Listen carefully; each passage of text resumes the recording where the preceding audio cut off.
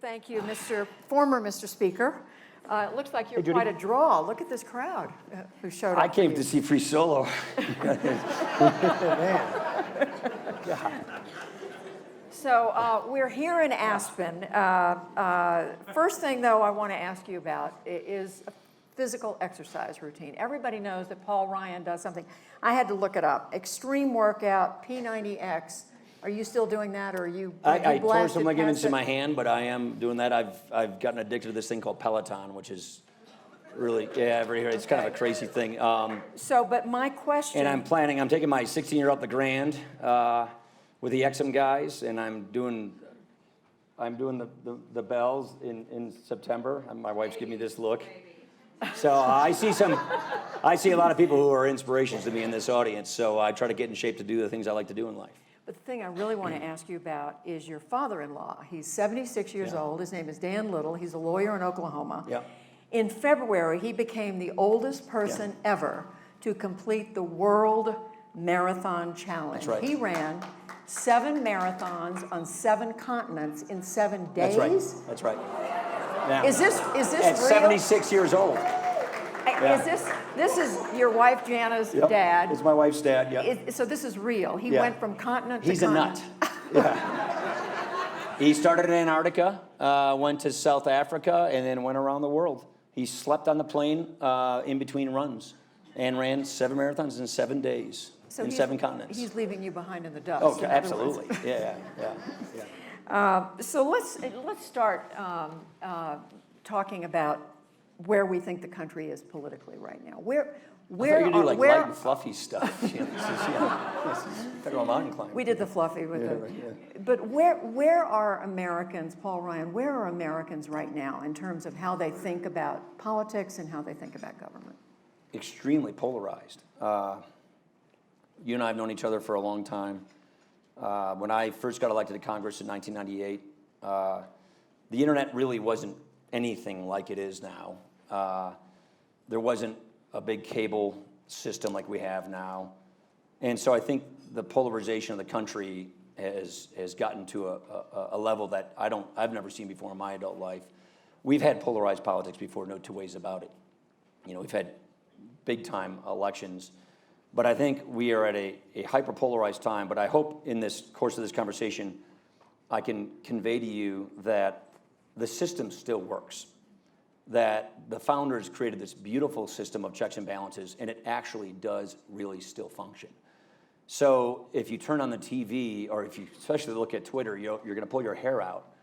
But if you look underneath that, or what I always try to tell our members is, don't pay attention to all the white noise, do your work.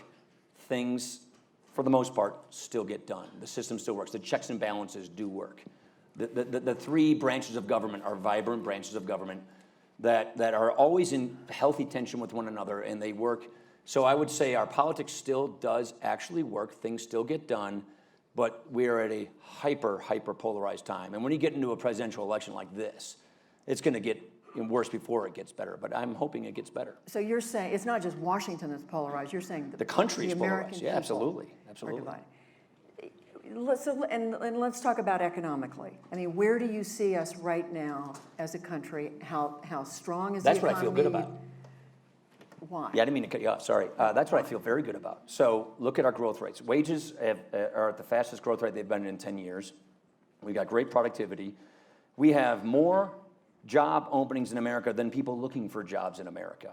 People are getting out of college and getting good jobs. So we've got low inflation, fast economic growth, and the kind of growth we were looking for when we did tax reform gets us the kind of productivity increases we wanted. We have amazing capital expenditures, which ends up saying that you're going to have higher living standards and higher wages, and we're seeing faster wage growth that we've seen in a long time. So, by the way, we're also the best economy in the world in the developed world. So our economy is doing actually quite remarkably well. I would argue that's because of policy. That's not by accident. It's because of the regulatory relief that has occurred over the last couple of years, and because of the tax reform that we put in place for the first time in 31 years. We had the worst tax system in the industrialized world until about a year ago, and now we're in the top 3, arguably, in the industrialized world with respect to competitive tax systems. So that actually unlocks a lot of growth. And we're seeing a lot of that growth in the economy right now as a result of it. But some people are looking at those same statistics, they're looking at the same thing you are, and they're worried about a slowdown next year. JP Morgan just came out with they said the probability of a recession next year is 45%. What are the implications? What are the implications of that? What are the implications of even a serious slowdown? We still have business cycles. We haven't gotten rid of business cycles, but we haven't had a recession in a long, long time. So I'm not going to predict those things other than we're going to have recessions, we're going to have business cycles, but we have elongated this recovery and made it a much stronger, robust recovery, I would argue, because of the last policies. The Fed is a good question. What's the Fed going to do? I think they're in a pretty accommodating posture for now. I do worry about trade, and I think trade could be one of those what we call exogenous factors that could produce uncertainty in the economy that could give us that kind of a recession if we don't watch ourselves. But the fundamentals are very, very strong. But it's been a long time since we've had a recession, so clearly business cycles will reassert themselves. But I think we're going to be in this 3% growth posture for some time. But if there were a recession, do you worry at all that whether we have the tools as a country, the fiscal tools, the monetary tools to deal with it? We do. I think that's important for the Fed to get ready for the next problem that could occur, and I think they're doing that. They've been taking away their accommodative monetary policy. They're running off their balance sheet. So I think the Fed is getting itself in the position so it can help. The biggest concern in my mind, which has been one of my big issues, is in the future is the debt levels that we have, and that is unsustainable. And that's a whole nother conversation, but where we've had running room to absorb economic blows, we will lose some running room in the near future because of our debt levels. Right now we're fine, our debt to GDP ratio is okay, but if we stay on the path we are on, and it's really demographics and health inflation, we will not have that kind of wiggle room we need to deal with recessions when we have them. And I want to come back to trade and to the debt in just a second. But in terms of the economy, for President Trump, for the Republicans up for re-election, how important is it that growth? I mean, what difference does it make whether growth is 3%, as you said, or what if it were 1% or 1.5%? It's huge. Look. I mean, look at the presidential cycles we've had. Look. Bill Clinton got impeached the year I got elected. He got impeached in 1998, and then he won re-election in 2000. So, he got re-elected in the last election before that. So, Bill Clinton shows you a president, even with tough approval ratings, with scandals, with a really good economy, can get re-elected. George Bush didn't have any scandal, had just won the first Gulf War, had a bad economy, something like 1%, and didn't get reelected. So I think the economy has a great deal to determine whether or not a person gets reelected as president of the United States. That's why I actually think it's Trump's to lose, because of the economy, because of how good the economy is doing. And more importantly, it's the economy in sectors or in parts of our society that haven't seen growth. The wealth effect did very well for wealthy people during the Obama time when the Fed was pushing on a string. But we are now seeing the kind of wage growth and employment growth among middle-income Americans and lower middle-income Americans that we have not seen in a long time. And that is I think to the testament of these policies we put in place, that's going to help the president greatly. If a recession occurs before then I think he's got a real problem, of course. Right. You mentioned the debt. Let's talk about the deficit. You were a deficit hawk for years and up through the Obama administration. We can now see the deficit. It is going through the roof again. It was I looked it up, $587 billion in Barack Obama's last year in office. It is now double that. Do you expect that to just keep on going? Yeah, we knew this was coming. This is not like a surprise to anybody. From what we call the caps deal we did with Obama a number of years ago, and then the sequesters that occurred between now and then we've done 3 budget deals. I did 2 of them. I did one with Patty Murray. I did one with Barack Obama, and John Boehner, my predecessor, did one with Barack Obama. Those cap deals cut, I'm doing off the top of my head, about $800 billion in discretionary spending out of the baseline. So on what discretionary spending is, about a third of the budget, that's government agencies' budgets, their annual spending. We put a cap on that spending, and by putting the cap on that spending that we've done for a number of years now, that's saved a lot of money. But that is not where the money is in our budget. The 2/3 of the budget is what we call entitlements. You automatically qualify for a benefit, you get it. You're a farmer, you get farm program payments. You turn 65, you get Medicare and Social Security. You're a veteran, you get VA health care. What's driving this debt and these deficits is a demographic function of the boomers going into retirement now. So we had this great baby boom generation that is now retiring, and so we're going from 40 million retirees to 77 million retirees within one generation, and fewer people behind them paying the taxes to pay for those programs. And those programs they go up in cost about 6 to 8% per year, primarily because of health care. And so that is sort of the stubborn thing. It's not a Democrat's fault or a Republican's fault, it's just what it is. That's what's driving the deficit. So you cannot get this debt and deficit under control unless you deal with the entitlement programs and how they work. And that is something, Medicare and Social Security, President Trump has said these are things that he doesn't want to touch. Yeah, yes, he has. He and I have long disagreed on these issues. I've walked him through as many PowerPoints on this as I could. How many was that? You can just slide 3 or 4 and, the health care bill we ran through the House, we actually passed. So if you think, just to do this on the back of the envelope, there's 3 health care entitlements. What you would know as Obamacare, Medicaid, and Medicare. Our health care bill that we passed in the House that failed by a single vote in the Senate dealt with the first 2 of those and would have put them on a path of sustainability and it was the biggest debt reduction bill ever passed by a Congress. It failed by a single vote. So that would have put us on a pretty darn good trajectory toward patient-centered healthcare, which I think would have gotten healthcare inflation down while still protecting pre-existing condition and the uninsured.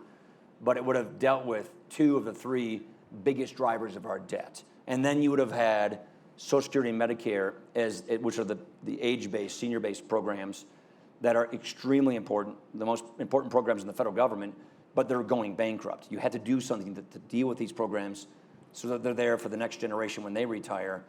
That is something that has just evaded us politically for a long time. I used to hate commissions. I was actually on one of them because I thought it was Congress sort of ducking its responsibility, not doing its job. I've come around to the conclusion that it's probably the only way to fix these things is to create. I was on both Simpson. That didn't work because it wasn't a fast track. The president, then Obama, could just disavow it and it doesn't go anywhere. The old Greenspan Commission in the 80s on Social Security was the best formed commission, in my opinion, because that commission, we call it fast track. You cannot filibuster it. It has to be voted on. So the commissioners produce the report. How do you make Social Security solvent? And then Congress must vote on it. Now, they have the final say-so, but it can't be delayed or filibustered. It has to be voted on. But none of this is I think that's the smartest way to go in the future. But none of this is on the horizon. No, that's not. No, it's not. And I think it should be. So what does that mean? I mean, for our country? Well, there's 2 things you got to do to get this debt under control. You got to grow the economy. We're doing that. We've put pro-growth measures in place, and you got to deal with entitlements. The key entitlement reform, as I just mentioned, failed by a single vote in the Senate, and so now we don't see entitlement reform on the horizon. How much did I think you're going to have to get through this election before you get to that. How much did the tax cuts and the increase in defense spending, the Pentagon spending, contribute to the deficit? Well, the increase in defense spending is because the sequester cut defense so much. So if we were at defense spending, if we never used the sequester or had the budget caps, defense spending would be much higher than where it is today. So defense spending is actually lower than where it was thought to be, where it would be in the mid-Obama years. So we actually cut defense a great deal. We cut it so much that we had a serious problem in the military. We were losing more people in training accidents and equipment failures because of the hollowing out of our force structure in the military than we were in combat. And we had people in Iraq and Afghanistan. So we had to do rapid surgery to rebuild our military, and now we're in year 3 of that military rebuild. But even with all that money being restored to the military, it still saved a bunch of money from where we were going in the early Obama years. And what about it's really not discretionary spending, Judy. It is entitlements. And taxes, look, I was the primary architect of this. I believe it till the cows come home, which is that's the thing we say in Wisconsin. I think it was extremely important to do. It is getting us the wage growth we were looking for. It's getting small businesses going again. But most importantly, we saw I chaired the Ways and Means Committee before I was Speaker, and that's where I spent most of my policy time. We saw on the horizon, after 2017, a rash of what we call inversions. And we were seeing this. Inversions are when a U.S. company becomes a foreign-based company. They call it re-domiciling. They go from being an American company to a foreign company because of taxes. We saw sector by sector of companies just going and over becoming foreign companies and saving the tax difference by being a foreign company. But what happens is when these companies, when they leave America and have no longer their headquarters in America, their alliance, their jobs, the social capital that comes from having these headquarters goes away. And we were seeing a rash of these things. So we believed tax reform is absolutely critical to stopping the bleeding from inversions. It's reversed. The day it passed, the guy who made my watch, a guy named Tim Cook, he's this guy who runs this device company. He said that day, he said, I am bringing back $350 billion into America. I'm going to hire 20,000 Americans in new campuses I'm going to build because of this tax law. And that $350 billion I could not bring back into this country until this tax reform passed. Those are the kinds of things that are happening as a result of tax reform. And you can't get your handle around the debt and the deficit unless you get the spending and the entitlements under control, but also you need economic growth. And so the tax reform was the key thing for us to get the economic growth we got. Well, let's talk about trade for a minute. President Trump's signature issue. This has become, I mean, is now the Republican Party the protectionist party? I hope not. You know my background. I'm an old Jack Kemp guy. I wrote the law called Trade Promotion Authority to give to Barack Obama the ability to go get trade agreements. So the guy just beat me in the 2012 election. So, we were always on the opposite sides of many issues. But when I saw that he wanted to lean in and go get trade agreements, which he wanted to do in his second term, we gave him the tools to go do that. So I'm a believer in trade. I think if you stand still in trade, you'll fall behind because other countries will go out and get better trade agreements between themselves, and we'll lose markets. So I still hold that view. The president and I have not agreed on a lot of these issues, like 232, which is the steel and aluminum tariff thing. I didn't want to pick fights with our allies like North America and Canada, but I absolutely agree with his decision on China. That is one where I always believed that's a fight we need to fight because they're not playing by the rules. I voted to have China enter the WTO in the early 2000s, hoping and thinking that they would rise in the rule-based system where they would play by the rules, not steal intellectual property, not force tech transfers, not fund state-owned enterprises to unfairly compete against international competition. But they didn't do that. And I think if you believe in free and fair trade, you've got to prosecute it. So I think the president is exactly right to deal with China. I would just do it a little differently. I think the rest of the industrialized world is also a victim of what China's trade practices are. And only America could lead the industrialized world into a unified front to confronting China globally. And I think that's the right strategy. I think the president's getting to that strategy. I think he's kind of making his way to there, but he's doing it through, some fights with allies that I personally probably would have avoided. A lot of fights with allies. How many Republicans agree with you on this? A lot of Republicans agree with me on that, yeah. So, I mean, is the Republican Party becoming the protectionist party? You're saying that I don't. Temporary? There are some. Well, you remember back in the days when we knew each other when I was this young guy working for Jack Kemp and Bill Bennett. I was a foot soldier in then what we called sort of a proxy war inside the conservative movement. That's occurring right now as well. It's kind of a sub. Matthew Continetti wrote a pretty good piece on this about a month ago in the Free Beacon. The Democrats have their own internecine issues, so do conservatives. And so there is definitely a debate within the conservative movement about what it is. And trade is a big part of that debate. I'm on the side of free and fair trade. I think you got to hold countries accountable like China, but you need to open markets up. And I think that's extremely important for us. We're less than 5% of the world's population. So we've got to, if we want to keep a good, strong, growing economy, open markets up, getting trade agreements to do that. But holding people accountable also is a part of that. But there are protectionists in our party. The Democrats are typically the protectionist party. The reason I was excited to help Obama with TPA was because he all of a sudden wanted to start doing trade agreements. For the first 6 years of his administration, he didn't want to do that because they're traditionally a protectionist party. So when I saw a Democrat stepping outside of that, I was eager to embrace that. But that is something that is definitely seeping throughout the conservative movement now as well. You gave a farewell address in January as you were leaving Congress, and you talked about some things that were really important to you going forward. And you said, at one point, you said helping people lift themselves out of poverty is a personal mission for you. Mm-hmm. And then you challenged your own party not to let this issue drift from your consciousness. My question is there a way to do that and at the same time allow what is now a very successful private sector in this country that is growing like gangbusters, you just described it. Can that growth continue? Can people continue to get, at the high end of the income level, just crazy wealthier, and do something about those at the bottom? Absolutely. That's basically what I'm focused on now in my private life. So how does that work? So there are, well, in particular, there are 3 laws that I helped write in the last session that are focused on doing just this. How do you create more upward mobility? How do you fight poverty at its core so that everyone can enjoy this thing I call the American Idea? Everybody. My foundation is called the American Idea Foundation. The condition of your birth doesn't determine the outcome of your life. You can make it in this country. It's what made this country. It's why my Irish and German ancestors came to this country. And it's a beautiful idea, but we've seen lately a classification of America. We've seen a stubborn part of our country where you don't have that sense of upward mobility. You see intergenerational poverty. So what can you do about that, and how do we focus on it? There's 3 laws in particular, and I hate saying pass a law and you fix this, because that's really not the answer, but there are things you can do to help and there are things you can do to hurt. We passed something called opportunity zones. It's something I worked on, a young 20-something working for Jack Kemp, and we call them enterprise zones. We think opportunity zones have a great potential of tapping among the $8 trillion of unrealized capital gains and pushing it into the poorest census tracts in America.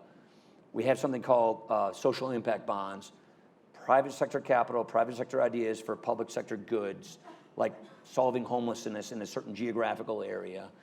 And we just passed a new law on evidence-based policy where we can now use data and analytics and best practices to focus on fighting poverty more effectively. The long and the short of all of this is, for, 53 years on the war on poverty, trillions spent, we basically measured success in the war on poverty based on effort, input.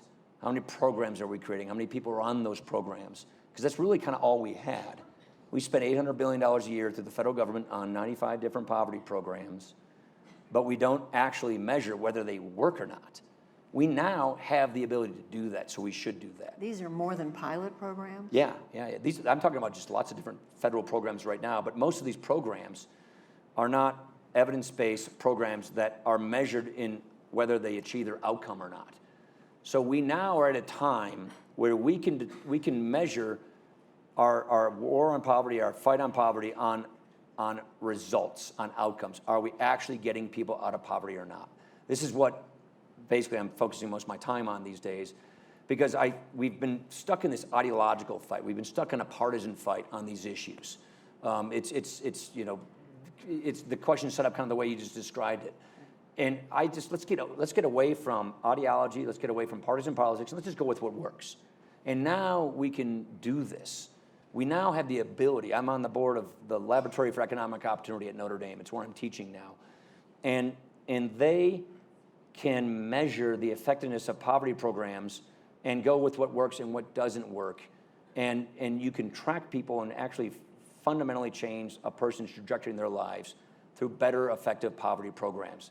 So I really believe we are in a cutting edge area in fighting poverty in America because of the capital that we can put to it, the private sector know-how, and technology, data and analytics, to really do a better job of fighting poverty more effectively, so that we are not talking about redistributing or the rich versus poor, but we're talking about opportunity, upward mobility, and clearing barriers so people can make it in life, and having effective programs that help them do that. I don't hear the president talking about that. I don't hear That's why I talked about it in my farewell address.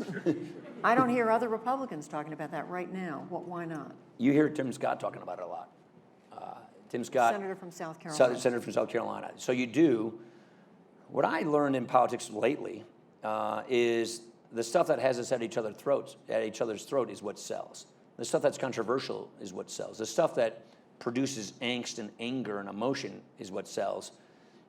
And just talking about things where we actually get along and agree doesn't sell. You probably don't know this, but this last session of Congress, we passed 1,175 bills in the House. About 600 or 700 of them made it into law. We usually pass about 400 or 500 bills. So we basically had the most productive House session since Reagan's first term, I think. And more than 80% of those bills were bipartisan. But nobody knows this. I mean, you probably know more about Donald Trump's tweets on the 787 Dreamliner than you knew that we overhauled the FAA system to build more airports and go to a GPS air traffic control system. We passed criminal justice reform, which we've been trying to do for 20 years. And more people know about just the consternation, the angst on TV. So my point is, politics these days, underneath all the controversy, all the bitterness, all the polarization, there are still men and women of goodwill who don't necessarily agree with each other, who are finding ways of working together to get things done. And this last 2 years actually showed that. But I'm curious to know why we don't hear about it. I mean, the NewsHour well, I'd ask program you. You're where I in the work. news. I mean, we try to cover the most important things that are going on in Washington, and these things are not. We don't hear people talking about them, but we'll see. Look, I think some of our. I mean, obviously, I think tax reform is important. We shut down the human trafficking websites, so there's about 87% reduction in human trafficking websites. We passed the 21st Century Cures Bill, where we have a real shot at getting cures for cancer, things like Alzheimer's. We had the single greatest offense on the opioid epidemic that Congress has passed. We overhauled our air traffic system. We overhauled our water infrastructure system. I mean, I can go on and on and on about all the various things that we've just done in Congress recently that I think are making a big difference in people's lives. But frankly, that stuff doesn't sell quite as well as hating each other and yelling at each other does these days. Well, let me ask you about one of the hot button issues that you may be referring to. The president has focused a massive amount of attention on immigration. Is the GOP now the anti-immigration party? No, it's not. This is the other thing I said at my farewell address, right? You probably teeing me up there. This is the one issue. This and entitlement reform are the two things that I think if we solve those two problems, we're going to have a great 21st century American century. We get our debt and entitlements under control, we're going to be in really good shape fiscally. And we solve our immigration challenges, we're going to be in great shape. This one, I've spent 25 years on this issue.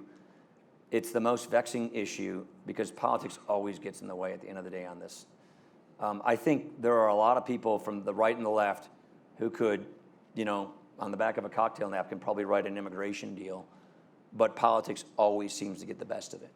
My worry is identity politics gets played far too often on these issues, and it's going to take a breakthrough, and you're going to have to get past the presidential election if you're going to fix this issue. I brought a bill to the floor in July, which would have solved the problem for the Dreamers, would have secured the border, and it would have converted toward more of a economic merit-based, because we have labor shortages in many areas. So you need to have visas, and I think we should have a guest worker program. I think that takes a lot of pressure off the border. There's a legitimate problem on the southern border, no two ways about it. Absolutely a serious problem. But we also have an utterly broken system. We have these per country caps. Indians are waiting for like 30 years to get green cards, and it just doesn't really make a whole lot of sense. So if we can get this immigration issue fixed, then I think we're going to be in really, really good shape. But politics is what gets in the way of this. Mitch McConnell opened the floor up last year. Opened the floor up and let anybody bring anything they want, and they couldn't pass a thing. It just gives you a sense of how tough this issue is. Well, we saw, it came close during the Obama, at least they tried during the Obama administration. The perception was that Republicans stopped it. Right now, I could say the same thing about Barack Obama when George Bush did it. He supported the poison pill that stopped immigration reform in the Bush administration. But you now have, what, families coming across the border in record numbers. We are reading these heartbreaking stories every day, practically, about children separated from their parents, some of them in terrible conditions. How can this be happening in the United States of America? We need to change our asylum laws. They give a perverse incentive that if you can just come over, say the right thing, then you can come into the country. So there really isn't an effectual border.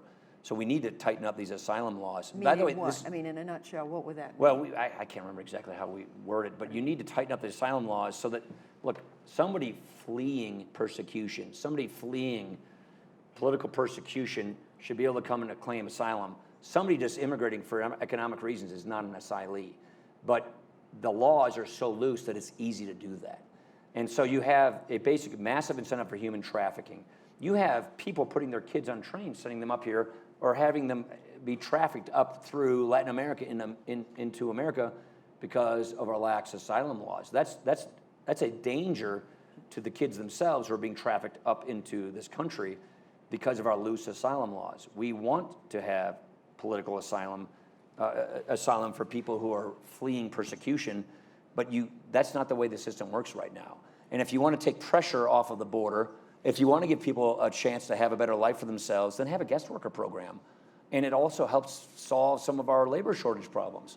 So I think there's some common sense solutions here, but I got to tell you, it's both parties are, I'm not going to say this is the Democrats' fault, it's both parties are at fault for this, but if you want to go through the last 20 years and say, who's to blame for this, I'd say the blame falls on both sides. Is the president's leadership right now helping on this and the way he talks? Well, I think he's clearly this. I'd love you to come around and just do a town hall tour with a bunch of members of Congress on this issue. This is the issue you'll get the most from your constituents, at least in Republican districts. I can't speak for Democratic districts. And it's because people see lawlessness. They see a porous border. They see heroin coming into their school districts because of a bunch of drugs coming over from the border. And so the sense of lawlessness is what he's trying to point out. And he's not going to get any cooperation from the other side of the aisle on this issue. I think there's some absolutely common sense things you could do, confidence building measures to fix this problem. But we put a bill on the floor that I thought was eminently reasonable in July, and the Democrats didn't want to have anything to do with it because Donald Trump was involved. So I think the president is pointing out the real faults in the law. He's pointing out the problem with our asylum laws, and he's pointing out the fact that we have a porous border that we do need to secure. On the flip side of it, there are a lot of young people in this country who were brought here by their parents through no fault of their own that are kind of in this legal limbo. So there's a lot of people who are really stressed about this issue. I've always believed in an incremental approach on this particular issue. Take a few things at a time in bite-sized proportions, and you can have confidence-building immigration measures that can ultimately solve the problem. That's what we attempted to do last summer, but we failed to get the votes to do it. I was struck because in your farewell address, you were talking about poverty at this point, but you said this line: every life matters, and every person deserves the chance to succeed. I mean, are you saying that's not necessarily true? Well, that's not saying I want open borders and just anybody come. That means you have to be a country. You have to have borders. Right. You have to secure borders. You have to be able to know who comes and goes in your country. I mean, any country should be able to do that. Right. So but yes, I believe for people here, that's why I focus on poverty. That's why I think. But the fact that we can't come up with some compromise on this, the politics have just destroyed this issue. I want to ask you about the Republican Party some more. You were, on the 10th anniversary of Jack Kemp's death, you tweeted, you praised the man who was your mentor. But a quarter century ago, when you were getting into politics, there was this, you've alluded to, this really fierce debate going on in the Republican Party between being inclusive and not being inclusive. Has the not inclusive side won? I mean, there's different labels you can throw around here, but aspirational inclusive politics is not winning the day these days. But I'd say this is happening on both sides of the aisle. So I come from the Jack Kemp School. I believe in aspirational inclusive politics, and I've always believed, just because I think it's the right thing to do, that you try to motivate people to vote for you based on hope and optimism and growth and things like that. I learned that from Kemp. I think he probably got it from Reagan. And that is not the kind of politics we're playing today. It's actually one of the courses I'm teaching at Notre Dame is the polarization of our politics. And I think you're getting the same thing on the other side of the aisle. And what I fear is occurring here is we have what I call these entertainment wings of our parties. And you guys know what I'm talking about? So you have the entertainment wings, which you can make a lot of money. A person can make a lot of money on polarization. Whether it's through the internet, through websites, through whatever, cable. And in the old days, like 10 years ago, it used to be a meritocracy in politics. You used to have to like work your way up, prove your worth, get things done, compromise, negotiate, pass reforms, improve yourself, and then maybe you could, run for president or be a governor or something like that. You can leapfrog that whole thing these days because the entertainment wings of the Democrats are the same thing. You can leapfrog what I'd call the old meritocracy and just have a really good digital following, be very good on television and radio, and do extremely well. And the incentive structure in that ecosystem is not hope, optimism, inclusiveness. It is angst, it is emotion, it's fear, it's envy, it's whatever you think. But there are people who make millions of dollars on both sides, frustrating all of this, polarizing all of this. And I think this sort of system has really polarized our politics. So we're not, I don't see this on the left, no offense, but I don't see this on the left either. I don't see hopeful, inclusive politics. I see people kind of angry running for office, and that to me is something that we're going to have to try and hopefully change. Well, I was going to ask you about this later, but does that explain why Joe Biden is leading in the polls? I mean, is that what you're? I think That's not what you're I actually kind of feel sorry for him because he's got 23 guns pointed at him right now. Joe, is that what? There's 24 people in the race. I kind of lost count. I think Somebody else jumped in the race today. Oh, who? A former congressman from Pennsylvania named Joe Sestak. Oh, I know Joe Sestak. Yeah, he was an admiral. Yeah, I know. Okay, that's 25 people running for Congress. But I think Joe's the one exception in the field on this point. He's the one exception. I think the other. Biden. Yeah, Joe Sestak. Biden. Sorry, yeah, Biden. Yeah, I've known him a long time. I think he's the one exception, and all the rest of them are running. Basically, he's in what I call the Jeb Bush slot. No, I like Jeb a lot. He's a friend of mine, but they're all going to shoot at him. He's the front runner. He is the only one who is kind of running what I'd call a centrist type of campaign, and all the other ones are running hard to the left. And that just shows you where the space, look, you're asking a conservative to handicap or criticize the other side of the party, but they're all running pretty hard left. And I think that's going to help the president, frankly. And Joe's going to get hit from both sides. And whether he can endure and stick onto that for a year and a half is anybody's guess. I mean, there are a few other candidates who would call themselves centrist. Pete Buttigieg. I don't know. Michael Bennett, Colorado. I mean, what is it? Can the Republican Party be, as it's presently constituted, permanently a majority? I mean, what is it going to take? No party can be a permanent majority. Okay. No party can be a permanent. This is never going to happen. Can't. But you're acknowledging the Republican Party needs to do more right now to reach out yes, to I come from a certain wing of the party. African Americans, Absolutely. Latino I've always believed Americans, this. and so on. Yeah, but we know each other, but I've always believed this, but the kind of politics I've always believed in is not ascendant these days. And the president obviously is the head of the party because he's the president. And when your party has a president, that person's the head of the party. Underneath this, and if it's in 1.5 years or in 5.5 years, there'll be a big fight for the soul of the party, just like the Democrats have been having. We had this when Clinton was president. And that is a big sort of intellectual fight that's ongoing. It's just kind of starting to just murmur right now. Protectionism versus, and all of these issues. Is Joe Biden, I mean, just to pick up on that, is Joe Biden the toughest, the potentially toughest opponent for President I think so. Trump? If you look at the Rust Belt states, like my state of Wisconsin, Michigan, Ohio, Pennsylvania, that's sort of the secret to the Electoral College. I spent a lot of time studying the Electoral College in 2012, and you've got the blue states that you bank on. If you're a Democrat, you got the red states you bank on it as a Republican, and then you can kind of play it with what's in the middle. For this current Electoral College makeup and strategy, it's those Rust Belt states, and in those states, let's just take Wisconsin for example, which obviously I know the best. For us, we have to have a fusion of two kinds of groups of voters. There's what you would now think of as the Trump-based voter, which is the old Reagan Democrat voter, a blue-collar, more rural voter that is very, very, very strong Trump. That's a lockdown base.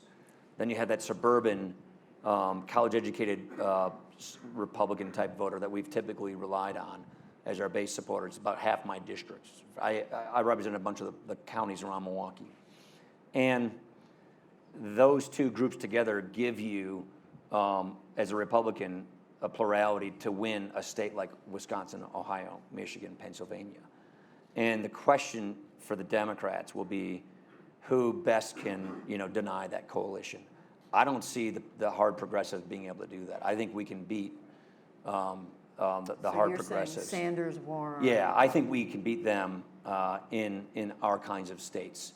Joe, because of his history and just, I think the lane he's trying to hang on to this lane, probably has the better chance. But I have a hard time seeing him getting out of the primary, frankly. But who am I to, I'm a Republican, so who knows? What did you make of his statement the other day that he, reminiscing about how he was able to work with conservative Democrats who were segregationists?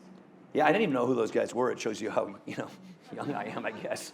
I know what he was trying to say, but he got viciously attacked by his primary opponents. That's why I just have a hard time seeing him going the distance and lasting the primary. I did notice John Lewis, who's a friend of mine, came to his defense. I think Clyburn did too, and Hakeem Jeffries. Clyburn did too. Yeah, which was good of them to do that. But that just that little chapter of last week just shows you, I think he's just going to suffer a death of 1,000 cuts over the next number of months. You said in a speech not too long ago that the race.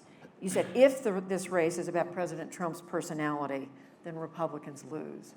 Yeah, so if I were the Democrats, what I would try to do. What did you mean by that? Here's what I meant by that. They're going to say, here's what I think they're going to do. Look, I've been around this a bit. Whoever gets the nomination is going to go hard left to get the nomination. Whoever of the Democrats, they're going to go hard left so they can win the heart and the mind of the primary voter, the caucus voter, and get the nomination. And they're going to scare people. Medicare for all, abolishing ICE. These are scary ideas to people in the center in this country and all Republicans. And their pollsters are going to come to them in September, October. When is the convention in Milwaukee? Is that the end of July? Yeah. Their pollsters are going to come to them then and say, you can't run on these things. You will lose. This is McGovern. You're not going to win this. You got to go after Donald Trump and after his personality. That's what I think whoever comes out of the Democratic primary, whether it's a Joe Biden who moves left to get the primary, or probably a progressive who just wins the thing, they're going to have to try and pivot. It will be too late for them to effectively pivot their brand or the policies they're known for, and they're just going to go attack the president. The president, this is why I think it's his to lose. He's got this great economy. He's got this great record of accomplishment underneath him. People don't like the tweeting. Believe me, I was Speaker of the House. People don't like the tweeting, and they don't like, some of the noise that comes with it. But they like the performance of the economy. They like the fact that their neighbor has a job. They like the fact that their kid graduated college and has 2 job offers that they're sitting on. So he has a great record to run on. Are you better off today than you were 4 years ago? He will win that equation, that test. So that's why I say they're going to have to make it a personality contest and try and get the country to not focus on the substance, the policy achievements, what's going on right now in the economy. And that's how they're going to try and win this thing, by going after his personality. You mentioned Medicare for all. People like Medicare as it is. Can Republicans run on health care? Do Republicans have a great record? I hope they run on Medicare for all. We would. That would. But what about the Republicans' record on health care? Well, we passed. We lost by a vote. We would have been able to pass a health care bill. Yeah, this is the bill, but we repealed and replaced in that bill. Most people don't know that. I think the better way, we can go. How much time we got? Don't have enough time, but we can have a system in this country where you can lower the cost of health care, and people who are uninsured get insurance. We put more focus on the poor and the sick than the healthy and the wealthy. And people with pre-existing conditions can get total full coverage without going bankrupt. We can have a system like that in this country. And oh, by the way, I think the best way to do that is to have a decentralized system where you have more choice and more competition. Lots of choices, not a monopoly, not a government monopoly, not an insurance monopoly. That's what we attempted to pass, and that's what failed by a vote. Medicare for All bans private insurance. Medicare for All says the 180 million Americans who have their insurance through their employer don't get it anymore. But there are a number and of you get it Democrats who through are the not government. for Medicare for All. Most of the people running for president are for Medicare for All. But just so you know, Medicare for All basically means Medicare for none. It will bankrupt Medicare. Medicare is already more than 50% on borrowed money. Medicare goes bankrupt in the next decade. You do this, you accelerate the bankruptcy of Medicare, jeopardizing Medicare for senior citizens while taking away the private insurance that people already right now have. So this should be a great thing for our side of the aisle to run against. And that is why I say you can't run for Medicare for All in the Democratic Party, turn around and run on that in the general election. That's why I think they're going to try and turn this into a personality contest. But if you make it sound understandable, why hasn't your party been able to come up with a health care darn good question. proposal? Well, we did come up with a health care proposal. Why can't we sell it as well? Our specific problem in this issue is we had to write a bill through Senate reconciliation rules, which was really frustrating to us. Okay, you can stop there. Yeah, exactly. So see, you get wonky, you get into the minutia, but I think if we can crack the code on healthcare, if you can get the ideology out of healthcare, and just say, look, we're not trying to do some big experiment and have this all run by government. I mean, the last thing you want to do in this 21st century, where we're used to customizing things in our lives, where we're used to disruption and choice and competition, is stop all of that in healthcare. You want more of that in healthcare. We spend so much money on healthcare. Let's spend it more effectively through the person and give more to the poor and the sick to help them get healthcare and have a system of competition and choice. That, to me, is the best possible solution for healthcare. But in order to do that, you have to drop this idea that this has got to be run by the government. And so right now, ideology, I would argue, is the biggest stumbling block for us getting health. Ron Wyden and I had a Medicare reform proposal. Alice Rivlin, rest in peace, one of the most wonderful human beings I've ever known, center-left person, she and I had a Medicare and Medicaid proposal. So people from the left and the right can compromise on this issue, but you got to get off the ideology and think that we're going to have socialized medicine, and that's unfortunately the dialogue we're having right now. Okay, we've got 13 minutes left, so I want to ask you just a couple of questions about Russia and what happened in 2016. The Mueller report. Whether you've read it or not, what do you make of what it says about President Trump's actions and the actions of his campaign? So you're talking about part two. So obviously I oversaw all of our intelligence investigations. We did our own investigation in the House, the Senate did theirs, and we all came up to the same conclusion. There was no evidence of collusion. I think so Mueller did exactly what I expected him to do. And by the way, we gave him the time and the space to do what he did. And he came up with the conclusion I more or less expected. On the interactions within the White House, he put that out for the country to see. There's obviously, I don't think anything that's impeachable in there. I think they'd make a big mistake if they go down that road. They would just help the president. So frankly, the Mueller report was not a surprise to me. It basically came up with the conclusions I expected it to come up with. Right now, Democrats are trying to get legislation passed to strengthen election security in 2020. So far, Republicans have blocked it. Leader McConnell. There's a federalism issue here. So obviously, Mitch, I've had lots of conversations about this. Let's back up for a second. What people, I hope, if you go read and look in this, what we seem to forgetting is Russia is trying to meddle with us. So let's not forget here, Russia is trying to screw up our democracy and others. They did it in Moldova, they did it in Poland, they did it in France. So let's just remember our democracy is under attack from illiberal regimes like Russia. So point one there. Point two, how do you buttress the integrity of elections? There are things you can do at the federal level to do that are being done. But where Mitch, I think, is correct is you have to remember we have a federalism system. States run their elections.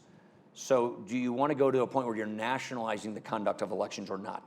We believe in the Constitution and the federalism, and we don't want to have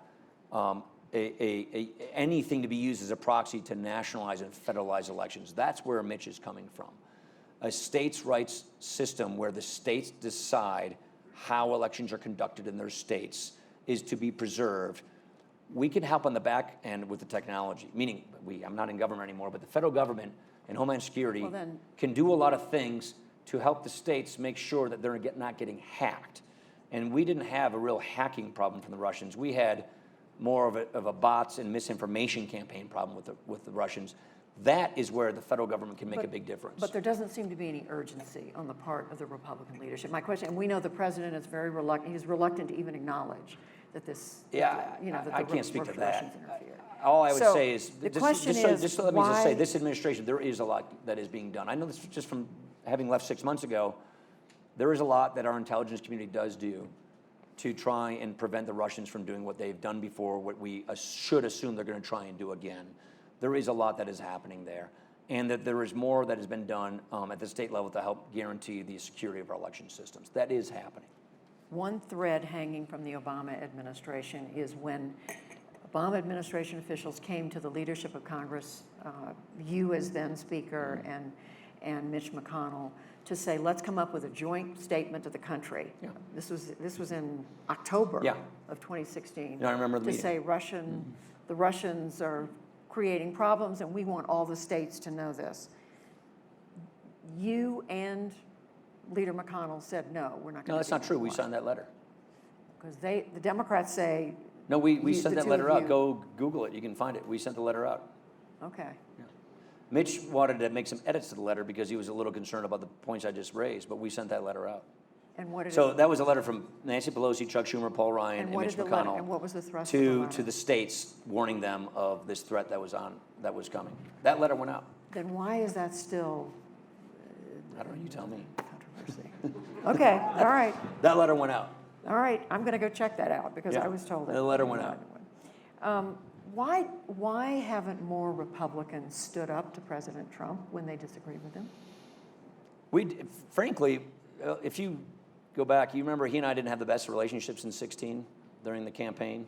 I ended up disinviting him to come to Wisconsin, in October 16th or something like that. What I learned was you're far more effective, far better keeping it private. You'll have far more success on things keeping it private than having a public spat. Because if you go out and you just fight in public, then you're not going to actually accomplish what you're trying to accomplish, which is to change policy or to get an acknowledgement that we should do something differently. So my practice evolved into, let's keep these things private and let's have vibrant, strong conversations. He and I had plenty of arguments over the phone, in person, over lots of issues. And I found, actually, I think he appreciated. Then when he didn't read about it in the paper the next day, I think he appreciated it, and I think it was more successful. So I think a lot of Republicans have kind of learned, air your grievances personally and privately, and you'll have a better success at achieving what you're trying to achieve. That's point one. Point two, a lot of our congressional districts, he has, 90-something approval ratings in. So a lot of Republicans, this is particularly the House, statewide races are a little different. A lot of House members, he is extremely popular in their districts. So if you're going to go after the head of the party that is more popular than you are in your congressional district, you may not want to think about doing that. So I think a lot of that's just politics. Survival. A lot of people, yeah. But frankly, I just think what he appreciates is when you have a problem, you take it to him directly, and you don't do it out on TV, and you're actually going to be more successful with your persuasion skills. How much more disagreement is there with him or with his policies than what we see on the surface? More than you think. And what no, I'm just saying on a given basis, on just various things. Appropriation bills and trade. Yeah, I'm kind of known for not liking the 232. These are aluminum and steel tariffs that we passed. The executive branch has a lot of authority in tariffs. They can just do it. It's not something that I actually think Congress should do that, but that's not the way the law works. So I don't like those tariffs. I think it's bad for manufacturing states like Wisconsin. And those are prominent areas of disagreement. So every now and then you'll have a prominent area of disagreement because you can't fix it on the inside. But there are a lot of issues that you want to try and change administration policy that you're more successful doing if you keep it private and air your grievances privately than going publicly. The polls are now showing that this President Trump, is more popular with the Republican rank and file than any president in modern history, including Ronald Reagan. So my question is the GOP now clearly the party of Trump? He's the head of the party of Donald Trump. And the Democrats were the party of Barack Obama when he was the president, and they're the party of Bill Clinton when he was the president. He is the Republican president. So that's the way it works. Your president is the head of your party. Now, I would say what I think people get excited about is he's not taking any crap. I mean, he's taking on political correctness. He's taking fights that a lot of people want to see fought. The forgotten man that he speaks to is a person that finally feels like they're being taken seriously, they're being paid attention to, and he's concerned about their issues. That is the guttural core of what I would call the party base right now, the Trump base. I cannot tell you how many times just running around America, particularly in Wisconsin, where people who really didn't participate in politics much at all before said, that guy speaks to me. That guy actually is doing something that's making a difference in my life. So it's guttural, and I know people see, oh my God, this Twitter and the things he said about this person and that person just drives people nuts. What that base Republican voter sees, this guy's not backing down and he's fighting for me. That's why he has those numbers you just described. And setting a good example for children, for the next generation.